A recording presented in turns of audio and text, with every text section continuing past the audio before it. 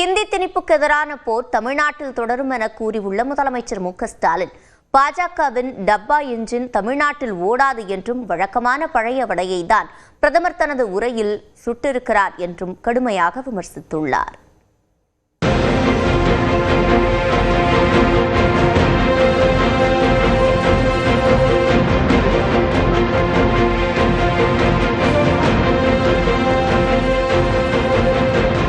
மொழிப்போர் தியாகிகளின் வீரவணக்க நாளை ஒட்டி காஞ்சிபுரத்தில் நடைபெற்ற பொதுக்கூட்டத்தில் முதலமைச்சர் மு.க.ஸ்டாலின் கலந்து கொண்டு மொழிப்போர் தியாகிகளின் படங்களுக்கு மலர் தூவி மரியாதை செலுத்தினார். பிறகு பேசியவர், அண்ணாவை பார்த்து சில நேரம் பொறாமையாக இருக்கும் என்றார்.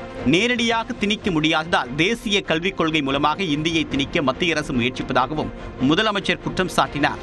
தமிழ்நாட்டுக்குள்ள இந்தியை திணிப்ப அனுமதிக்க மாட்டோம்னு சொன்ன காரணத்துக்காக நமக்கு தர வேண்டிய 3458 கோடி ரூபாய் நிதியை தராம இருக்கக்கூடியவர் தான் இந்த பிரதான். 3000, 5000, 10,000 கோடி கொடுத்தாலும் மும்மொழி திட்டத்தை இறக்க மாட்டோம்னு சொன்னவன் தான் இந்த முத்துவேல் கருணாநிதி ஸ்டாலின்.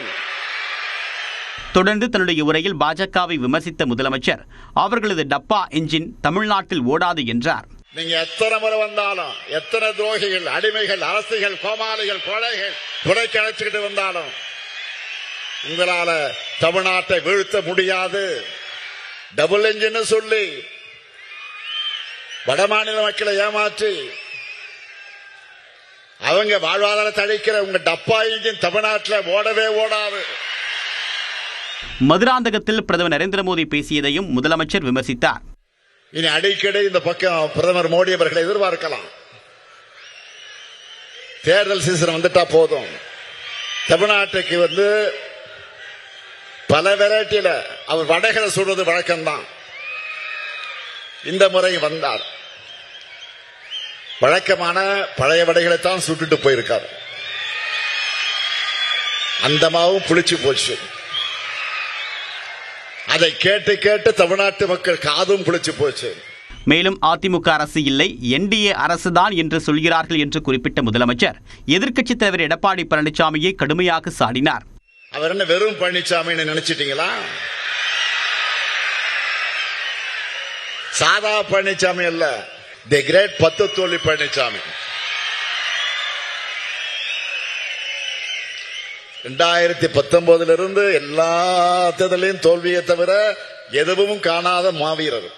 தொடர்ந்து பேசியவர், எடப்பாடி பழனிசாமி தலை நிமிர்ந்து பார்த்தால்தான் சூரியனின் இருப்பும் சக்தியும் தெரியும் என்றார்.